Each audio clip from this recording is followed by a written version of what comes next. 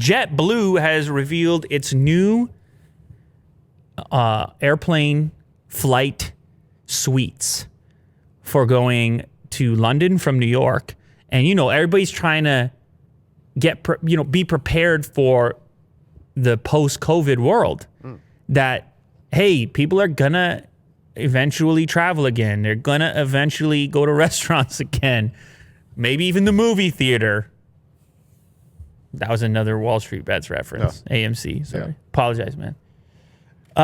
And so it's a good time if you're JetBlue. You come out and say, well, in the meantime, we reworked our suites and they're really cool. And so as soon as you're ready to fly again, think about us.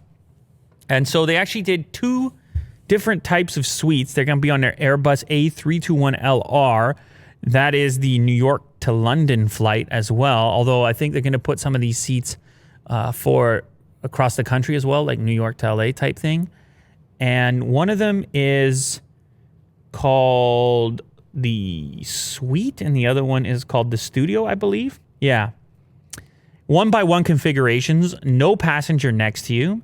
The planes will have 24 of the Mint suites and 2 Mint Studios, which feature an extra side table and a small second seat, a bid to appeal to business travelers.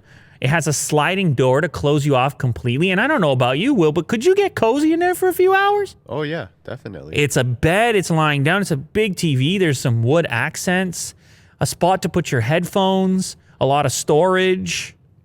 This is living the dream here. Right. Being like just on an airplane and sleeping like horizontally and it's essentially like a little room. Mm-hmm. Nice. It's nice. I like the privacy of it with the sliding door. Yeah. Yeah, it's very, very cool. So I think they're doing good things here. And like I said, they're preparing themselves here for the resurgence.